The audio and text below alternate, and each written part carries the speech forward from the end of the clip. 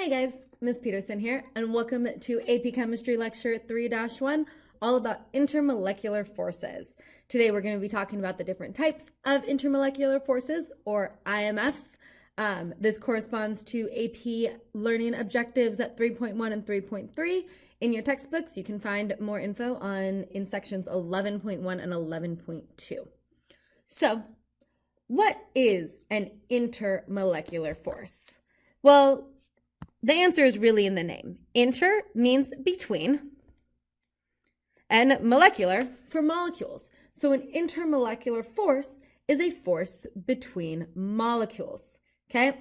It's not a force inside the molecule. That's an intramolecular forces, okay? Covalent, ionic, okay, those are intra or inside molecular forces. Inter is in between.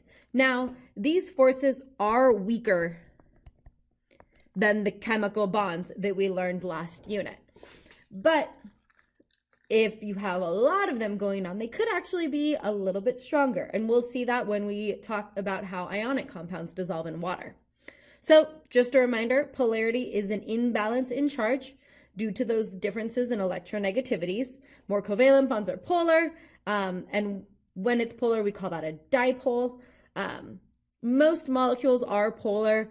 The ones that are not are either supersymmetrical or they have a really small difference in electronegativities. The only one you'll really see like that is a carbon-hydrogen bond. Those bonds are typically considered non-polar.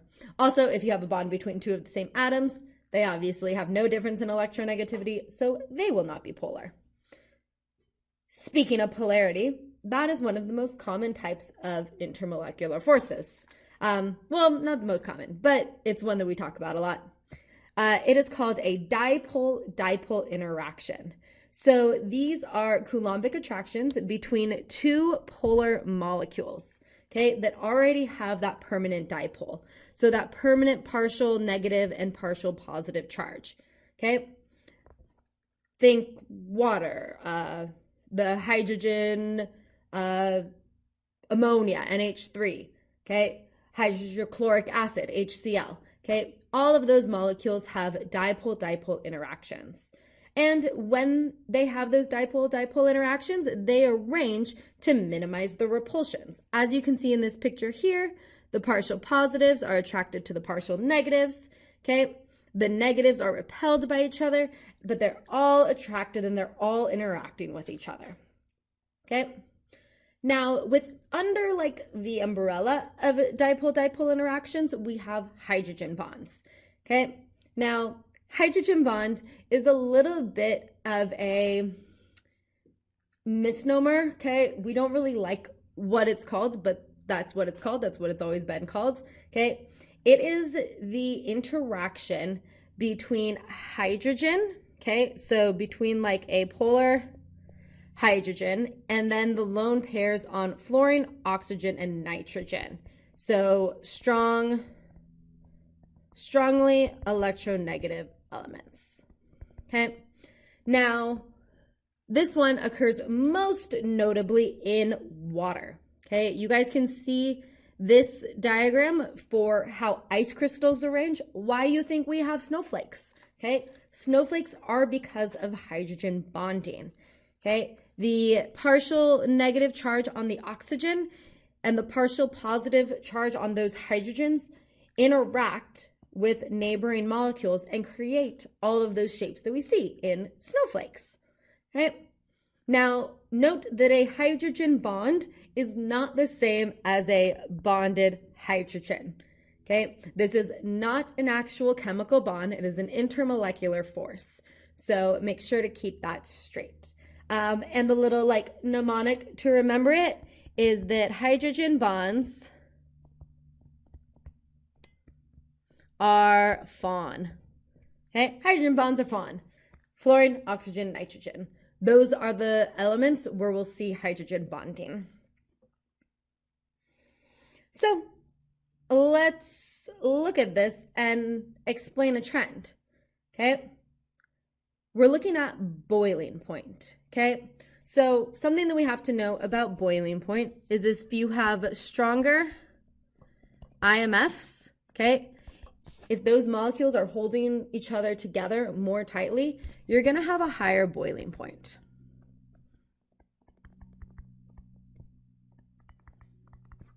Because in order for something to boil, it has to go from being a liquid where the molecules are all moving around each other to a gas where they're no longer really interacting with each other. You have to break those intermolecular forces, okay?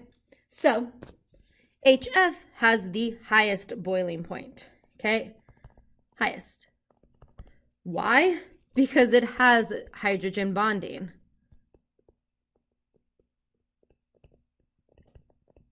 Okay. Now, if we look at HCl, HBr, and HI, okay, these all do not have hydrogen bonding, okay? They're not FON, but they have dipole interactions. Okay, now within those halides or halogens, why would hydrochloric be the weakest one and iodine be the highest boiling point? For that, we need another explanation. They all have dipole-dipole interactions, but that doesn't quite explain the trend because HCl is probably the next, most electronegative, so that's going to have a bigger difference. But that's not what this data shows. So let's talk about another type of intermolecular force. This one is called London dispersion forces. Okay, now London dispersion forces, or LDFs, are also called induced dipole. And basically, they're just small forces caused by the random motion of electrons. Okay, these intermolecular forces occur in all molecules. Okay, everything has London dispersion forces. I'm going to actually change that and say particles. Okay, if it has electrons and an electron cloud, it has London dispersion forces. Okay, basically, more electrons mean more LDF force. Okay, so if you picture two atoms and their electrons are distributed evenly, okay, there's no force there. But they're moving randomly. So at some point, okay, say in this atom B, the electrons are randomly going to be more on one side, and it'll have a momentary, instantaneous dipole. And that will induce a dipole in the,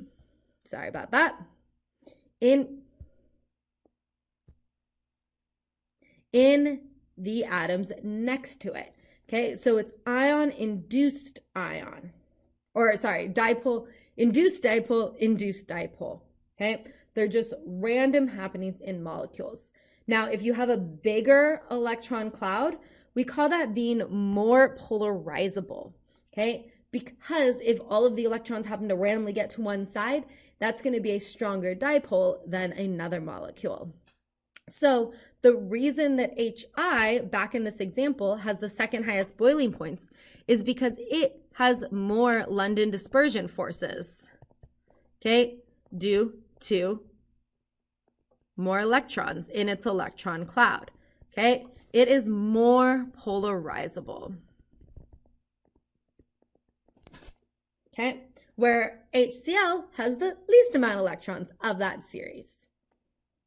Okay, cool. Okay, cool. Now, the thing about London dispersion forces is individually it is the weakest of all of the intermolecular forces, but if you have really large molecules, the London dispersion forces can actually be stronger than even a hydrogen bond. So it really has to do with the size of the molecule and those relative strengths of intermolecular forces. Okay, so those are our three main ones. There are two other ones that are just kind of other interactions. There's ion dipole interactions. This is the force that is responsible for dissolving ionic compounds. Okay, now you might think wait, you said intermolecular forces are weaker than ionic bonds. So how can an intermolecular force break an ionic bond? Because there's lots of them. Okay, water molecules are actually really, really, really small. Okay, where if you have a sodium atom or a chlorine atom, they're a little bit bigger. So you're going to have lots of those interactions, okay? A lot of the different water molecules are going to be pulling at those ions and attracting them, okay? If you have a negative ion, it's those positively charged hydrogen atoms that are going to be attracted to it. Where if you have a sodium ion, a positive one, you're going to have those negative oxygens being attracted to it. Okay, this is a common particulate diagram that you may have to draw on the AP exam.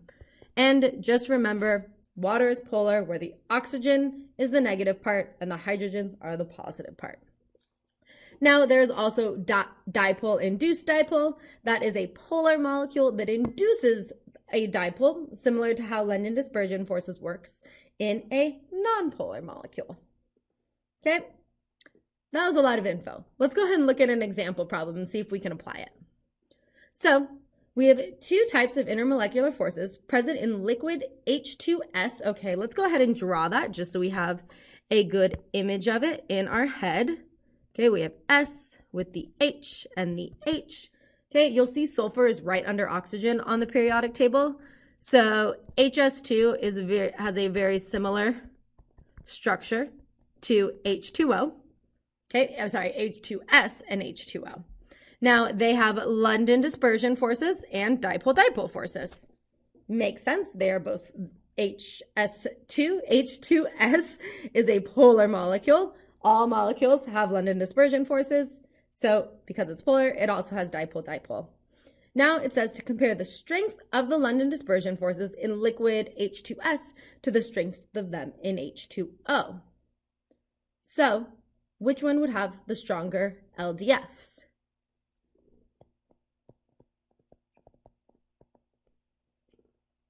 If you said H2S, you are correct. So H2S would have stronger LDFs than H2O. Sulfur has more electrons than oxygen. Thus, the H2S molecule is more polarizable. Okay, it's easier to induce a dipole in it. That dipole would be stronger if induced. So it is a stronger London dispersion force. Now, a common kind of shortcut to thinking about these is that a more massive particle will have more London dispersion forces, but that is only because they have more electrons, okay? It's really all about the electrons here and not the mass. So in all of our explanations, we really want to refer to the electrons in that electron cloud, rather than just saying H2S is a bigger, more massive particle, okay? Now, if we're comparing the strength of dipole-dipole forces, that's going to be a different scenario because why? Because H2O has hydrogen bonding. Okay, so its dipole forces are much stronger than the dipole-dipole in H2S. Okay, cool. Okay, cool. Now, like with everything, we need to relate these small particulate level interactions to the observable properties of a substance that we see. Now, we've already talked a little bit about boiling point. Okay, stronger IMFs lead to high boiling points because it's harder to break those molecules apart. And that's also tied with vapor pressure. Okay, so vapor pressure has to do with the pressure of a gas above its liquid. Okay, so like if you have a cup of water, or here, I have my coffee here. If I have my coffee here, I have coffee in here, right? Okay, coffee. But then up here, I have air molecules, but I also have some coffee molecules, some water and things like that, okay? And the pressure above that, that's what's called the vapor pressure. So when something has strong IMFs, it's not going to have as many loose particles up there floating in the gas form. It's going to keep them all trapped in the liquid. So it'll actually have a lower vapor pressure, okay? Low vapor pressure, think it readily evaporates. Or sorry, low vapor pressure means that it doesn't want to evaporate. High vapor pressure means that it readily evaporates. So let's fix that here, okay? Strong IMFs lead to low vapor pressures. Substance does not readily evaporate, okay? High vapor pressure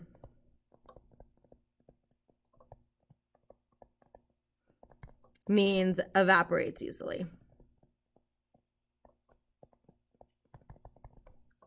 Okay, then there's surface tension, okay? The cohesion between the molecules on the surface of a liquid, okay? Basically, liquids will always be like their smallest size. They want to all be close together.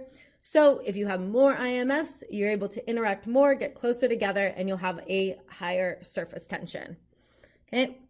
Capillary action is how a liquid moves up a very thin tube, and it is dependent on two different interactions. One is the cohesion, so the attraction of molecules to themselves within the liquid, and the adhesion, okay? The attractive surfaces between the liquid and the wall of the tube. This is how water gets to the top of trees and responsible for, that you learn in Gen Chem, the meniscus, okay? The meniscus is because when you have water in a glass, okay, it actually sticks to the glass more than it sticks to itself, okay? It has the adhesion, and that forms that characteristic curve shape of water in like a test tube or a graduated cylinder. Where what's really interesting is if you have a substance like mercury, it's actually the opposite, okay? Mercury sticks to itself a lot more than it sticks to the walls of the glass. So it actually forms a bubble within the test tube, okay? Cool, huh?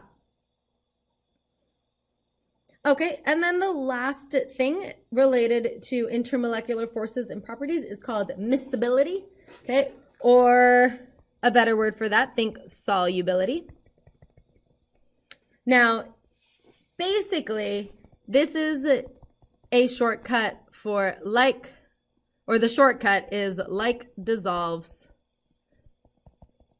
like, okay? Two substances that have similar intermolecular forces, okay, they're both polar, are more likely to mix with each other and dissolve in each other, okay? Where if you have a polar substance and then one that only has London dispersion forces and nonpolar, it's going to be a lot harder for those two things to mix. Okay, cool. Okay, cool. So let's look at a little application problem. Okay, we have some compounds in order of increasing polarity, which means increasing dipole-dipole interactions. Okay, and that explains why acetonitrile, okay, has the highest boiling point, okay?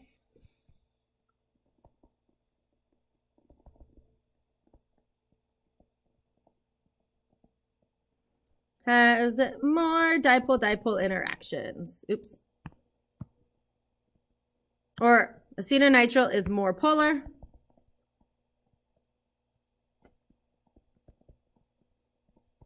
So stronger dipole-dipole interactions, thus the higher boiling point. Okay. Now, next one says, moving from left to right, do the dispersion forces get stronger, weaker, or stay roughly the same? Well, for that, we need to think about electrons, okay? Which the shortcut for that is you could just look at their molecular weights and note they are all pretty similar. So they're going to be roughly roughly the same, okay? Because they are all similarly sized molecules, okay? They have roughly the same number of electrons, okay? Okay, cool. Okay, cool.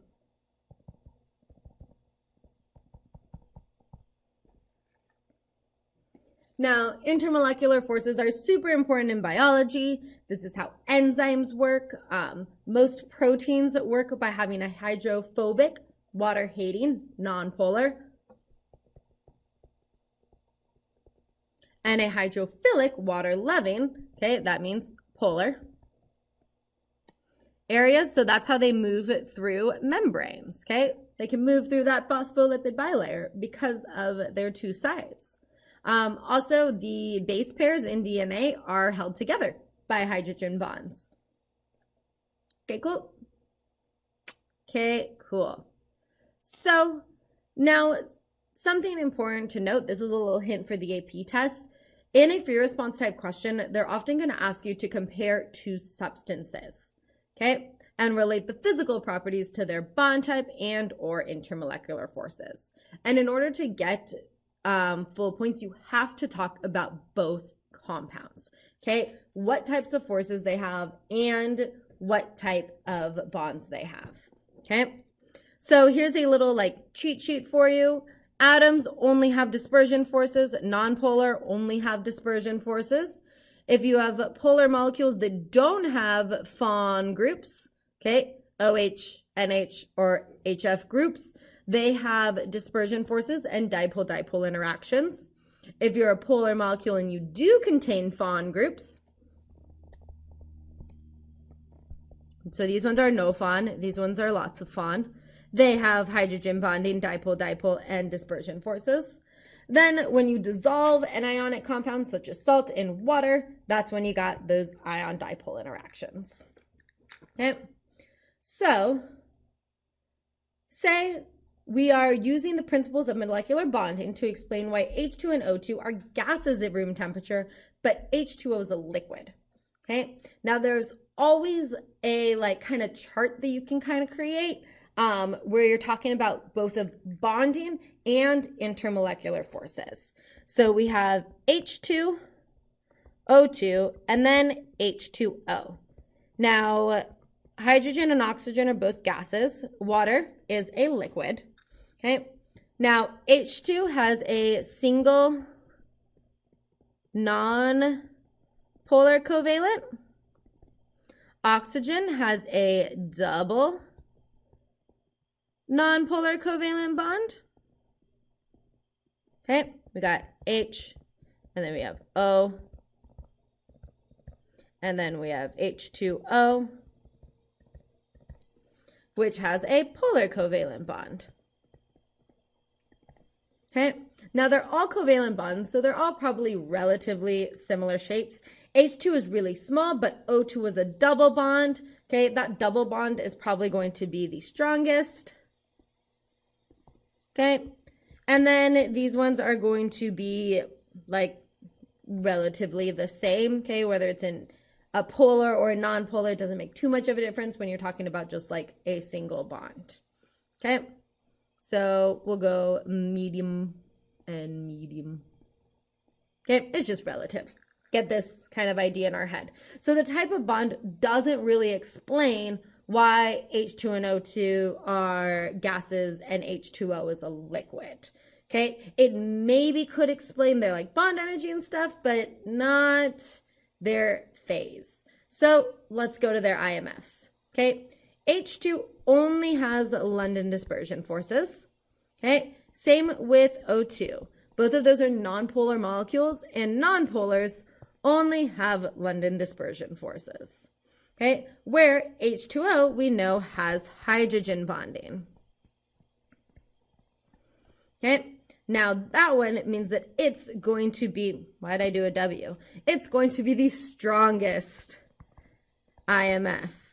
Okay, now of H2 and O2, which one will be the weakest Well, they both only have LDF, but H2 is substantially smaller in terms of its electron cloud. So this one would be the weakest, okay? And then this one would also be pretty weak. That's why it's a gas at room temperature, okay? So identify the property. H2O is a liquid due to strong IMFs, okay? Hydrogen bonding. Okay. Oh, and H2O still does have LDFs. You can't forget that. Okay. It still has London dispersion forces. Okay. Where H2 and O2 only have London dispersion forces. So their IMFs are relatively weak, causing them to be gases at room temp. Okay, cool. Okay, cool. Down here at the bottom, have a little shortcut for you guys to figure out what types of bonds, so that can also help you guys out if you need it. Okay, and that's it for today. Okay, cool. Okay, cool.